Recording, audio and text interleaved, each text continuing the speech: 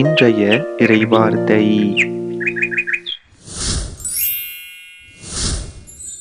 நீதித்தலைவர்கள் நூலில் இருந்து வாசகம். அந்நாள்களில் ஆண்டவரின் ஆவி இப்தாவுக்கு அருளப்பட்டது. அவர் கிளையாதையும் மனாசேயையும் கடந்து கிளையாதிலிருந்து மிஸ்போவை கடந்து அங்கிருந்து அம்மோனியரை நெருங்கினார். இப்தா ஆண்டவருக்கு ஒரு நேர்ச்சை செய்தார். நீர் அம்மோனிய மக்களை என் கையில் ஒப்புவித்தால் அவர்களிடமிருந்து நான் வெற்றியோடு திரும்பும் பொழுது யார் என்னை சந்திக்க என் வீட்டு வாயிலிருந்து புறப்பட்டு வருகின்றாரோ அவர் ஆண்டவருக்கு உரியவர். அவரை கொண்டு வந்து எரிபலியாக்குவேன். இப்தா அம்மோனியருடன் போரிட சென்றார். ஆண்டவர் அவர்களை அவர் கையில் ஒப்புவித்தார். இப்தா அரோ ஏரியிலிருந்து மின்னித்து அருகாமை வரை 20 நகர்களையும் ஆபல் கிராமிம் வரை இருந்த பகுதிகளையும் அளித்தார். இஸ்ரேல் முன்னிலையில் அம்மோனியர் அடக்கப்பட்டனர். இப்தா மிஸ்பாவிலிருந்து தம் வீடு திரும்பினார். இதோ அவர் மகள் மேலதாளத்துடன் நடனமாடிக்கொண்டு அவரை சந்திக்க புறப்பட்டு வந்தாள். அவள் அவருடைய ஒரே மகள். அவருக்கு வேறு மகனோ மகளோ இல்லை. அவர் அவளை பார்த்தார். தம் உடைகளை கிழித்து கொண்டு, ஐயோ என் மகளே, நீ எனக்கு மோசம் செய்து விட்டாயே, நீ என்னை துன்பத்திற்கு ஆளாக்கி விட்டாயே. நான் ஆண்டவருக்கு வாக்கு கொடுத்து விட்டேனே, அதை நான் மாற்ற முடியாதே என்றார். அவள் அவரிடம், அப்பா, நீங்கள் ஆண்டவருக்கு வாக்கு கொடுத்து விட்டீர்கள் என்றால் உங்கள் வாக்கின்படியே எனக்கு செய்யுங்கள். ஏனெனில் ஆண்டவர் உங்கள் எதிரிகளான அம்மோனியரை உங்களுக்காக பழிவாங்கிவிட்டார் என்றாள். அவள் தந்தையிடம், என் விருப்பத்தை நிறைவேற்றுங்கள். 2 மாதங்கள் என்னை தனியாக விடுங்கள். நான் மலைகளில் சுற்றித் திரிந்து எனது கன்னிமை குறித்து என் தோழியருடன் துக்கம் கொண்டாடுவேன் என்றாள். அவர், சென்று வா என்று சொல்லி அவளை 2 மாதங்களுக்கு அனுப்பி வைத்தார். அவள் தன் தோழியருடன் சென்று தன் கன்னிமை குறித்து மலை மீது துக்கம் கொண்டாடினாள். 2 மாதங்கள் முடிந்த பின் அவள் தன் தந்தையிடம் வந்தாள். அவர் தாம் செய்திருந்த நேர்ச்சையின்படி அவளுக்கு செய்தார். இது ஆண்டவர் வழங்கும் அருள்வாக்கு. இறைவா உமக்கு நன்றி. இன்றைய தினத்துக்கு உரிய நற்செய்தி வாசகம். மத்தேயு எழுதிய தூய நற்செய்தியில் இருந்து. அக்காலத்தில் இயேசு மீண்டும் உவமை வாயிலாக பேசியது. விண்ணரசை பின்வரும் நிகழ்ச்சிக்கு ஒப்பிடலாம்.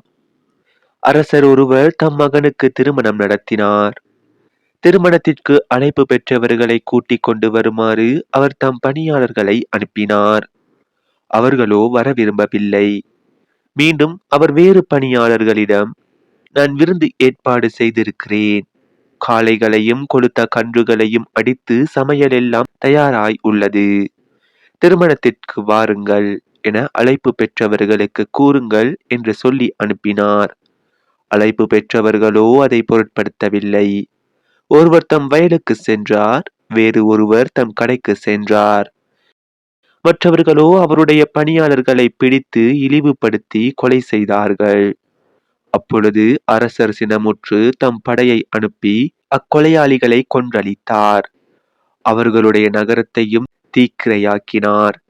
பின்னர் தம் பணியாளர்களிடம், திருமணம் விருந்து ஏற்பாடாகியுள்ளது. அழைக்க பெற்றவர்களோ தகுதியற்று போனார்கள்.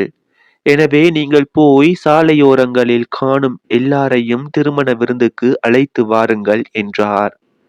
அந்த பணியாளர்கள் வெளியே சென்று வழியில் கண்ட நல்லோர் தீயோர் யாவரையும் கூட்டி வந்தனர். திருமண மண்டபம் விருந்தினரால் நிரம்பியது. அரசர் விருந்தினரை பார்க்க வந்த போது அங்கே திருமண ஆடை அணியாத ஒருவனை கண்டார். அரசர் அவனை பார்த்து, தோழா, திருமண ஆடையின்றி எவ்வாறு உள்ளே வந்தாய் என்று கேட்டார். அவனோ வாயடைத்து நின்றான். அப்போது அரசர் தம் பணியாளர்களிடம், அவனுடைய காலையும் கையையும் கட்டி புறம்பே உள்ள இருளில் தள்ளுங்கள். அங்கே அழுகையும் அங்கலாய்ப்பும் இருக்கும் என்றார். இவ்வாறு அழைப்பு பெற்றவர்கள் பலர், ஆனால் தெரிந்தெடுக்கப்பட்டவர்களோ சிலர்.